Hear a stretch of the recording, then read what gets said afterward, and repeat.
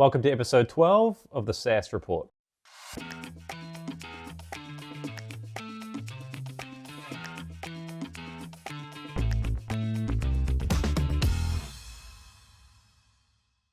I'm your host, Matt Aird. In today's episode, we're going to be making some predictions. So predictions about how the SaaS market develops in the short term. And this was inspired by a post that Greg Eisenberg had on X recently, where he talked about the fact that he doesn't think most people have priced in the impact that AI is going to have on the SaaS market. And the fact that AI can potentially replicate an entire SaaS application in 24 hours. So we're going to do a deep dive on our predictions around how AI will impact the SaaS market. We're also going to take a look at Jeremy Horowitz's newsletter around taking a meaningful stake in HubSpot in order to drive efficiency within the business. So Jeremy has this amazing newsletter where he breaks down public companies and puts forth a business case essentially for what he would do if he was in control, what changes he would make in order to drive shareholder returns.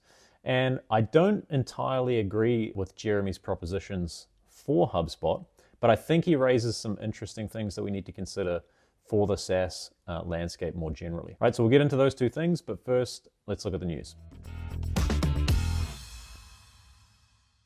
So Palantir released Q3 results recently, and off the back of that, their share price has absolutely exploded. So they're now trading at about 47 times ARR. Just to put that into perspective, if we take a look at some of the other public SaaS companies that are around the kind of $2 to $4 billion in ARR range, we've got companies like HubSpot. They're trading at about 13 times ARR.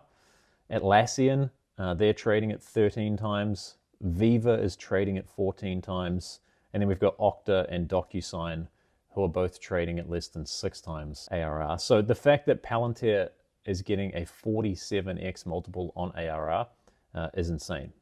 But it could be justified, right? Their metrics are looking pretty good. Their net revenue retention is up from 107% in Q3 of last year to 118% this year.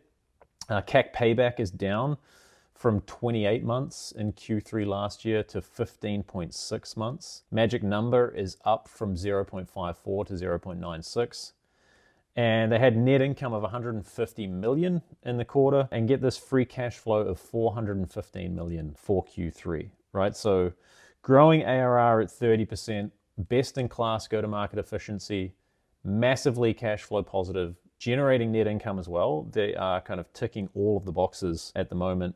And as always, Alex Karp, the CEO of Palantir, had an excellent letter to shareholders, and in it, he took a bit of a shot at Europe. So Europe has been notoriously kind of conservative when it comes to regulating technology and in particular AI. And Alex mentioned them in his Q3 letter, and I quote, "As America once again forges ahead, our allies and partners in Europe are being left behind. Their private and state institutions stand on the sidelines during this pivotal moment in economic history, while the relentless innovation of US companies disrupts and reshapes global industries. Europe must adapt to the opportunities and challenges of AI or risk ruin." Now, that could be seen as somewhat self-serving, right? The majority of Palantir's revenue is generated inside of the US, and if they could somehow open up the European market, that would obviously be good for the organization. But regardless of that, really solid quarter from Palantir. They are firing on all cylinders at the moment, that's for sure. We got Q3 results from HubSpot as well, and the orange machine keeps on rolling. So HubSpot grew ARR 20% year over year. Their ARR is up to $2.6 billion. Operating margin improved. They reduced operating loss to 9.6 million for the quarter. Got there through slight decreases in their investments in sales and marketing, so that reduced as a percentage of revenue. That was down 5% as a percentage of revenue compared to Q3 of last year. Go-to-market efficiency for them was unchanged, so CAC payback is still at 33 months, magic number at 0.42.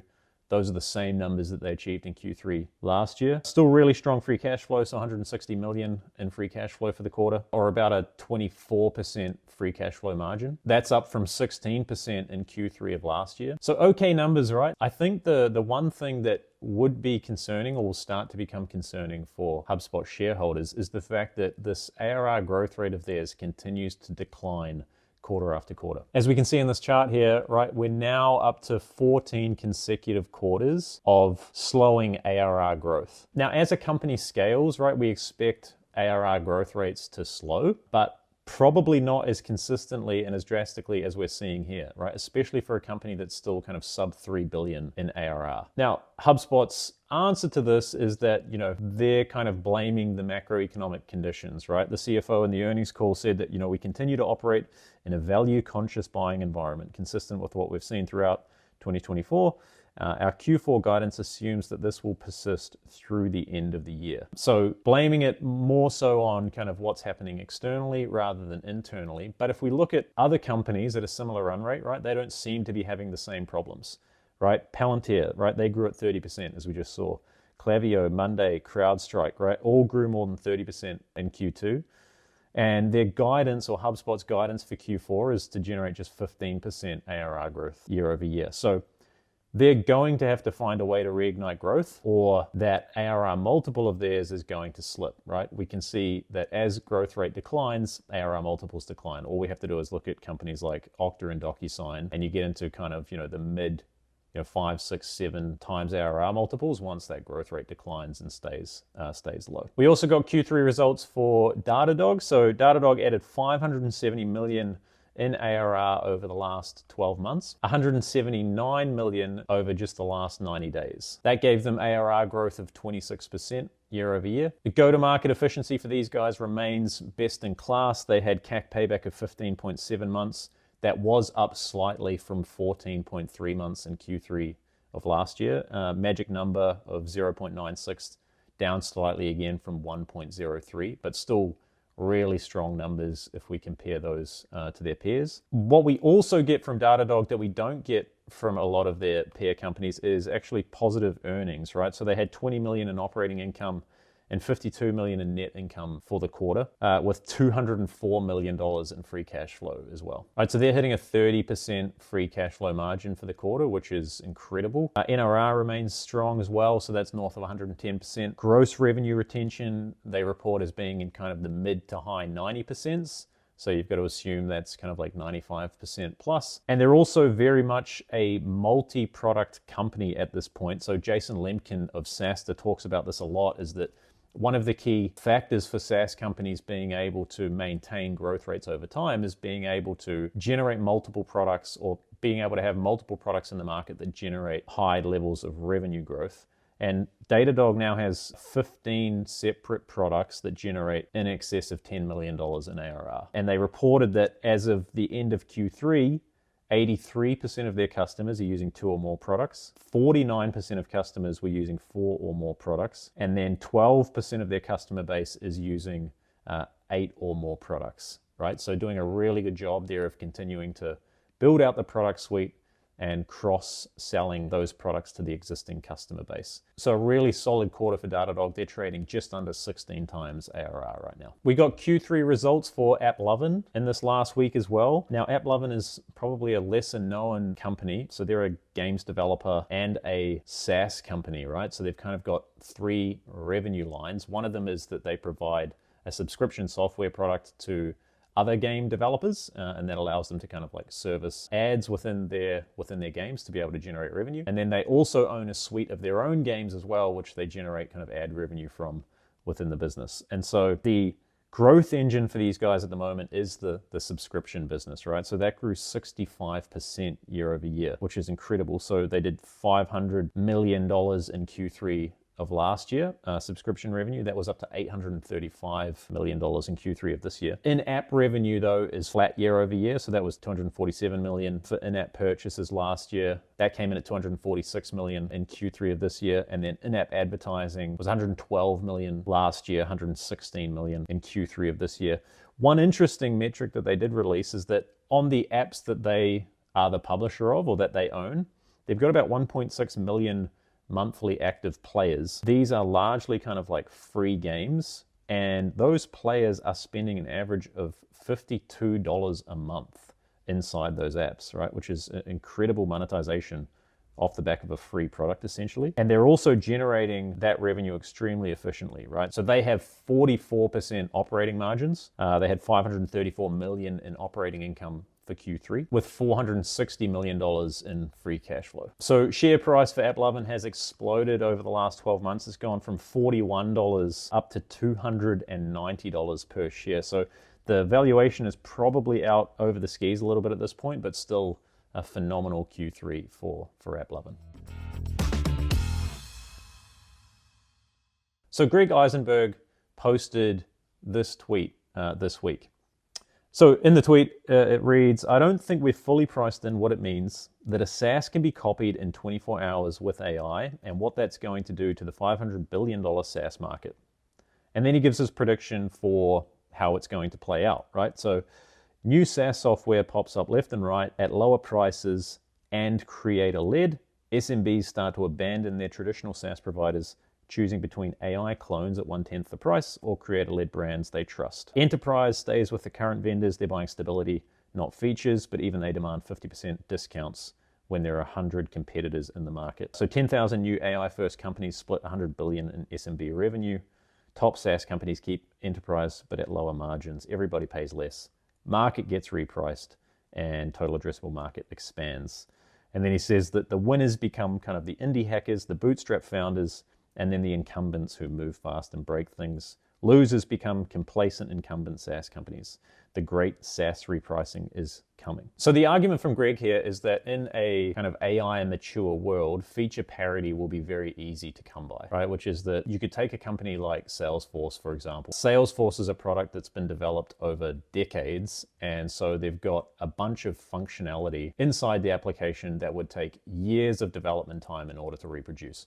Right? Greg's argument here is essentially that, well, if you have AI that can write code as well as human engineers can, but at 100 times the speed, then you could effectively clone Salesforce overnight if you applied enough compute to it. So I think we'll have three kinds of SaaS companies in the world in this kind of like post-AI coding revolution. The first is that I think we'll see very niche kind of verticalized AI agents, right? So you could think about the trend that we've seen in vertical market software. So we talked a little bit about Constellation Group and how they purchase vertical market software companies. I think what we'll see in the future is even kind of like more niched down versions of this, right? So you could think like software that is designed, and it's probably more so rather than being kind of typical SaaS as we think about it today, you could think about it more as like an agent or a set of agents that do everything inside a very particular kind of business, right? So you could think an AI agent suite or a SaaS application built specifically for, and it could get down to this level of granularity, I think, an accounting firm that has 10 people where most of their customers are using Xero as their accounting product, and the accounting firm uses, Microsoft Office as their kind of document suite, right? So you could think like very particular sub niches where an AI agent or a SaaS application is built specifically for that niche. Now, the reason why I think that's the case is that when you have AI-enabled software development, the markets that you have to address can be much smaller, and the business venture can be profitable, right? If you think back into the early days when software was first created, you needed really big markets to justify going down the path of building the software, right? Because it was very expensive, it was time intensive, it took a lot of time to take these products to market, and so you had to be able to sell them to hundreds of thousands or millions of people. As SaaS evolved, right, we got into more vertical markets because it became cheaper to produce. You didn't need as many customers to create kind of like a self-sustaining business. As development costs and maintenance costs decrease even further, you'll need fewer customers, right? So that's kind of like reason one as to why I think that'll get, the software or the applications that are developed will become more niche over time. The second reason why I think this is the case is that people have an expectation now that things just work out of the box, right? And they work exactly the way that I want them to work. You could think about this as like the TikTokification of like software, right? So if you think back to early versions of social media, so if you think like Facebook back in the day, Facebook, when you first opened the application or you first set up your account, it wasn't actually that interesting. And it didn't become interesting until you got connected with your friend group, right? And you could start to see updates in your feed. The first 5 minutes of setting up your Facebook account, it's not that interesting, right? There isn't a lot going on. Today, when you set up a social media account, you take TikTok as the example, you sign up and it's like instantly interesting within the first few seconds, right? Because you're starting to get served videos. and immediately the algorithm is determining kind of like what interests you and what captures your attention. And within 2 or 3 minutes, your feed is pretty highly curated and it becomes like this really addictive product to use, right? So the reason that I say that is that I think we are training people to have the expectation now that software or the applications that we interact with are kind of like useful right out of the box. We're not going to spend kind of like weeks and months customizing it to get it useful. We don't want to have to go in and configure it based on our needs. We want this software to be built for the way that our business operates today, and it just get the job done, right? And so in those situations, I think like the software developers who understand those subsegments and those markets best will be able to kind of like create a wedge and design a product that is specific for, let's call it the 500 or the 1,000 best fit customers for them. And they'll have a sustainable business there with kind of like 500 or 1,000 customers, right? That the software is created specifically for. Now, I think the go-to-market motion for this kind of software will be kind of like creator or kind of like micro-celebrity led. So if we take the accounting software example, let's call it, this very niche accounting practice management software solution for, accounting firms with 10 people whose customers use Xero, who use Microsoft Office Suite, whatever it is, right? This very specific use case. There will be a creator or an influencer that has access to these firms, right? And that creator or influencer will probably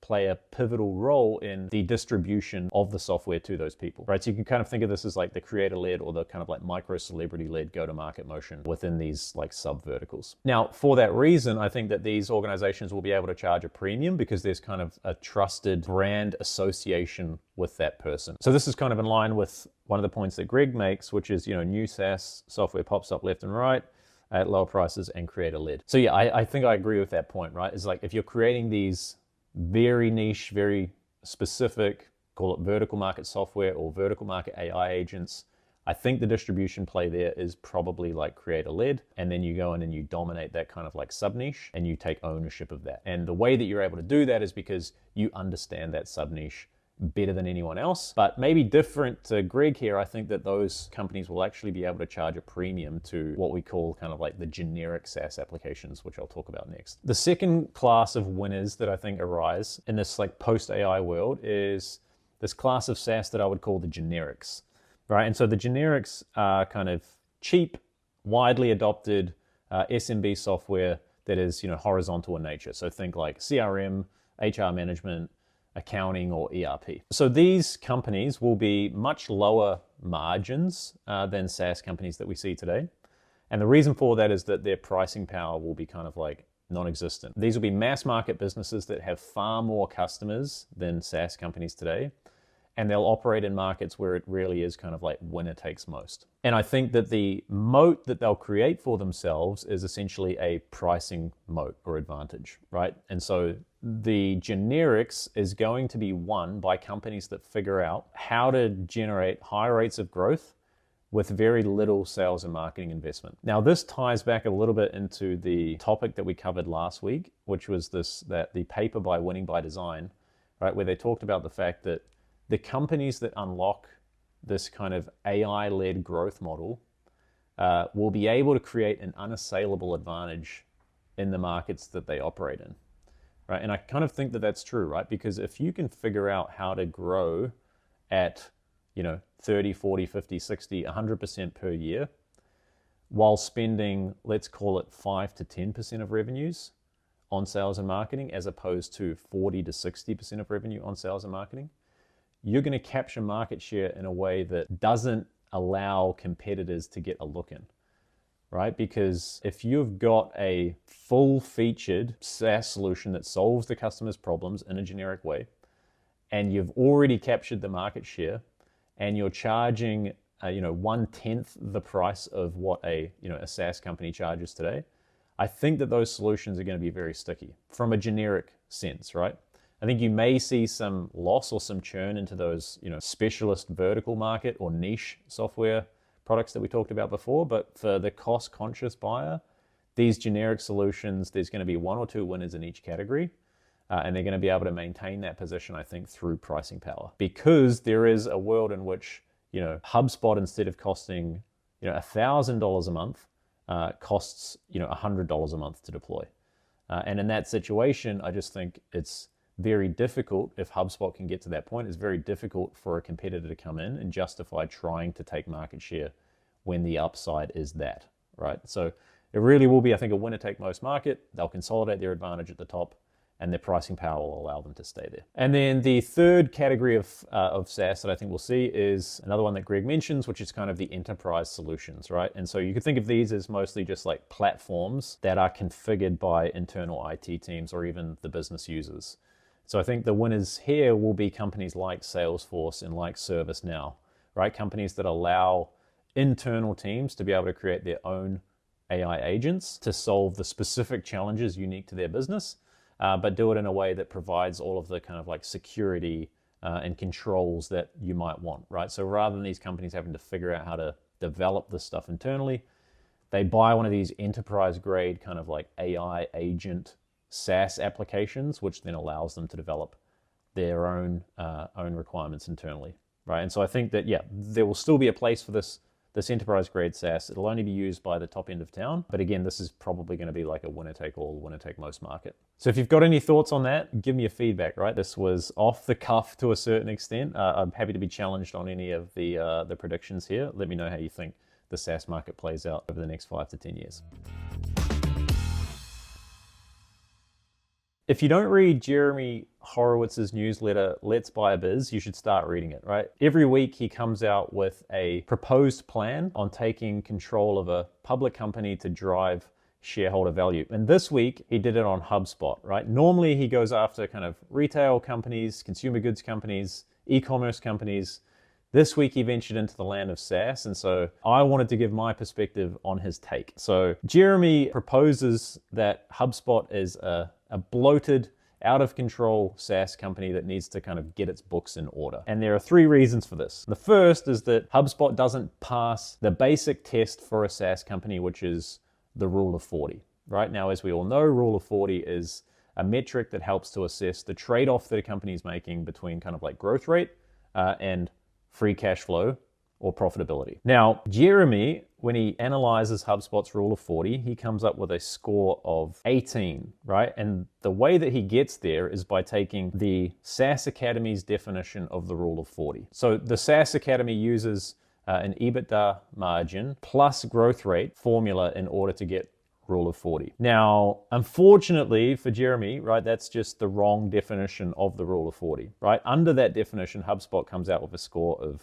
18, right? So they got a 26% growth rate in 2023 and a negative 8% EBITDA margin. Now, if we took that definition of Rule of 40, there wouldn't be a public SaaS company that reaches the 40 mark, right? Salesforce would be at 16, ServiceNow would be at 27, Atlassian would be at 33, CrowdStrike would be at 34, and Palantir, who is on fire, is only at 34, right? So the problem that he's made here is that he's calculated the metric incorrectly. So Rule of 40 should be calculated on free cash flow, not on profit or net profit margin. Now, I don't make the rules, right? You could certainly make the argument that if you wanted to, that profit is more important than free cash flow, but using net profit just isn't the way that this metric is typically calculated. And so I think if you wanted to use that as the metric, that the number or the score is probably going to be lower than 40, right? Software companies, especially as they're scaling, are pretty good at generating free cash flow. There's some tricks that they use to do that. They're not so good at generating kind of net profit. Now, if we calculate Rule of 40 in the correct way, which uses free cash flow margin as opposed to net profit margin, we can see that HubSpot actually performs pretty well, right? They're at 34 on the score of Rule of 40. If we'd looked at our Q2 metrics report, that puts HubSpot kind of right in the middle of the pack, right? So the median score for Q2 came in at 38.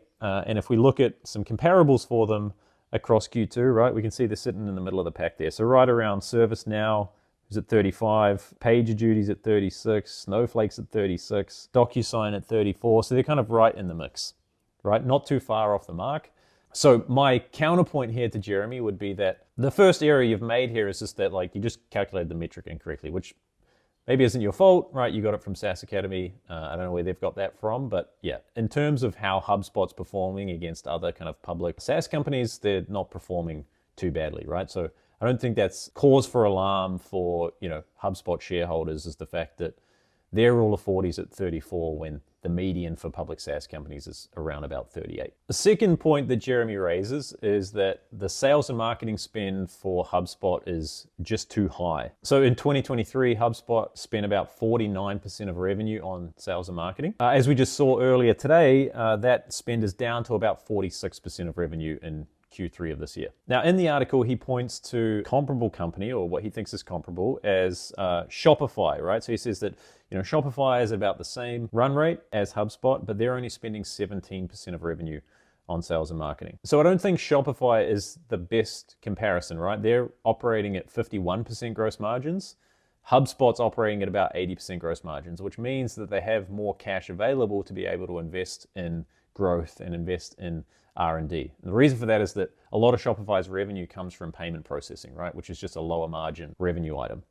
So let's not compare them to Shopify. Let's compare them instead to other SaaS companies that have kind of similar gross margin profiles at a similar run rate, right? Now, if we do that and we take Q2 numbers here, that's the latest SaaS metrics report that we put together. We'll take Q2 numbers for companies between $2 and $4 billion in revenue, right? In that cohort, we've got companies like Viva, Zscaler, HubSpot, Okta, Datadog, Palantir, DocuSign, Snowflake, and CrowdStrike. Right now, that cohort median spend on sales and marketing is 36% of revenue. All right, if you take that cohort, this backs up Jeremy's claim, right? HubSpot's spending about 27% more than its peers on sales and marketing in that $2 to $4 billion run rate band. But HubSpot kind of is at the lower end of that band, right? They're in kind of the, I think, 2.6 billion in ARR. So if we go down slightly to the $1 to $3 billion cohort, you could imagine that these guys are probably spending a greater percentage of revenue on sales and marketing because they're still kind of more in that growth mode.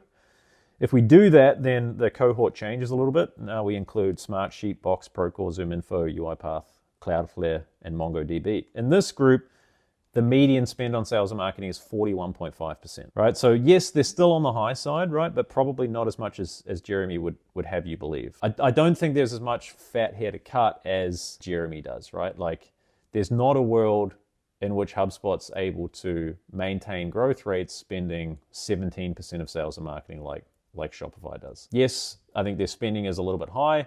We can see in Q3 of this year that they're looking to address that. That was off 5% as a percentage of revenue. So you can make the argument that they're kind of already on the path towards reducing that a little bit, right? But nonetheless, probably a fair criticism there from Jeremy.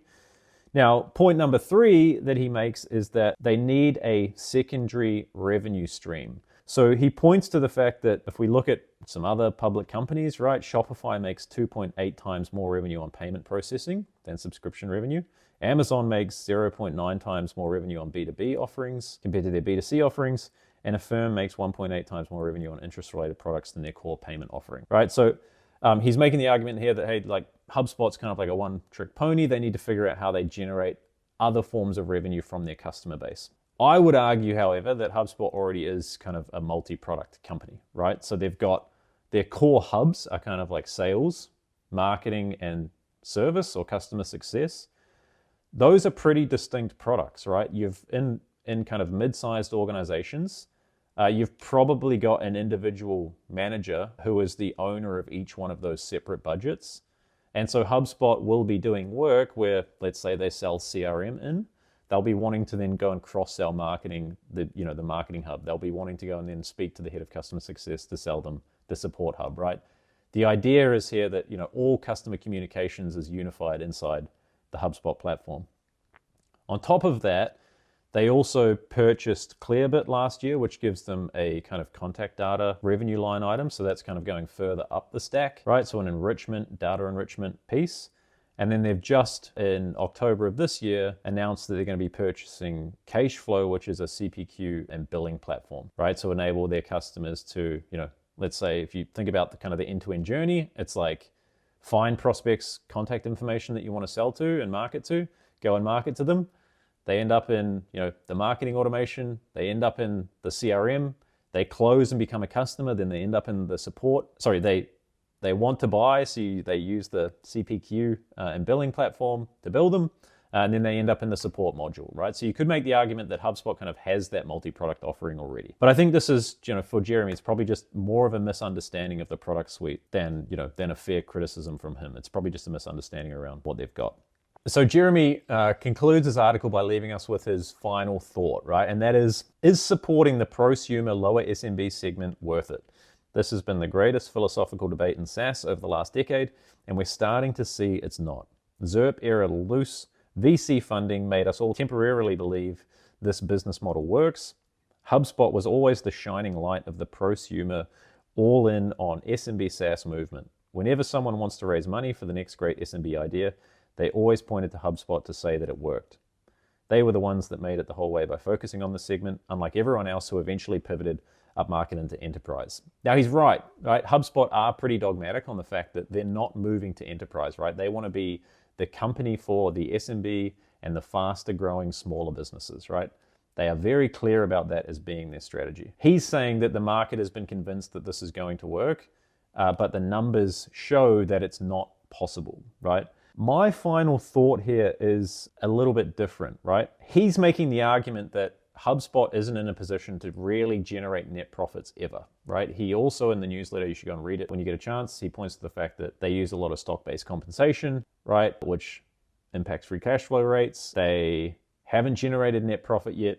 They're not growing that quickly. They have to spend 50% of revenue on sales and marketing in order to generate that growth.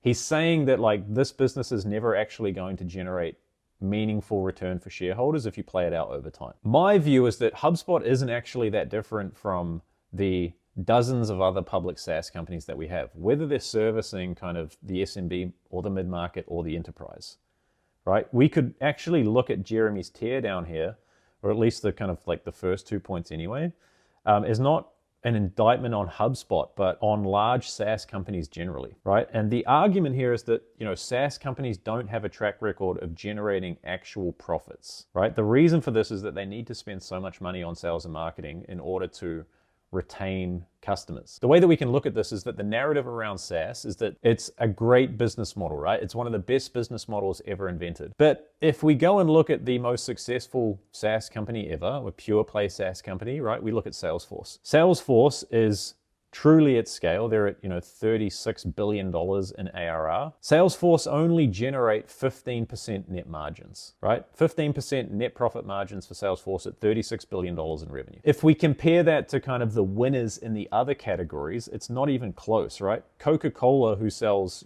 flavored water, generates 23% net margins, right, on $45 billion in revenue. Apple generates 23.7% net margins. Meta generate 30% net margins. Microsoft generate 30% net margins, right? So you could make the argument that Salesforce is a younger company than these, but from a revenue standpoint, right, it's not that far behind. And the margin profile just isn't that good, right? If you compare this, I went and had a look at some of the kind of industry averages or sector averages for net profit margins, right? Beverages is 13.7. Financial services, non-banking is 15.4. Banks generate 30% net profit margins. Oil and gas is 12.4. Pharmaceutical is 15.2. So how do these companies get to the point where they can generate better margin profiles? Well, I think really where it comes in is that sales and marketing expense line item, right? Salesforce at scale is spending 35% of revenue on sales and marketing, right? These earlier stage SaaS companies, HubSpot, spending 40 to 50%. Rubrik, I think we looked at in Q2, they're spending 60%. If you want to generate real net profit margins, you can't be spending that much money on acquiring and retaining new customers. But the question is, right, what happens if you drop that sales and marketing spend down to 15% in revenue, right? Can you not even just continue to grow the customer base, but can you retain them, right? In a market that's so competitive where there are dozens of alternatives, we don't really know what happens if these SaaS companies stop spending on sales and marketing, right? And we don't really know what happens at scale because Salesforce has never really taken the foot off the gas yet, right? The lowest they've ever spent is 35%. And the fact that they have to spend 35% is interesting, right? Because Salesforce has pricing power, right? They have lock-in. It would be extremely painful for a large organization to go and replace or rip out Salesforce. And yet they still spend 35% of revenue on sales and marketing, right? And can only generate 15% net margins. For most of the other SaaS companies that exist in the world, switching is nowhere near as painful, right? It's like a point solution. or it doesn't impact as much of the business, it's just not going to be as big a factor to switch, especially as AI becomes more effective. You're probably going to have AI agents fully manage the migration from one core business operating system to another. And so the switching costs or the friction will potentially go down to zero. So yeah, I think Jeremy raises some interesting points here, which is like most of these SaaS companies don't generate real net profits. And the key reason for that is they have to spend so much money on sales and marketing. Now, is that because they're trying to generate these amazing growth rates? And if they wanted to, they could turn that off and retain those customers and generate real profits? Or do we not know the answer to that question yet? And if we don't know the answer to that question, then the margin profile that we can hope for is 15%, right? Which is what Salesforce is achieving at the moment. And that just isn't that good, right? Like if you compare it to the other industries that are out there, like the SaaS business model, if the ultimate net profit margins are 15%, just isn't that good. Anyway, that's it for this week's episode. Thank you for tuning in. As always, if you have any thoughts or feedback, let me know. I want to hear them. I'll see you next week. Until then, goodbye.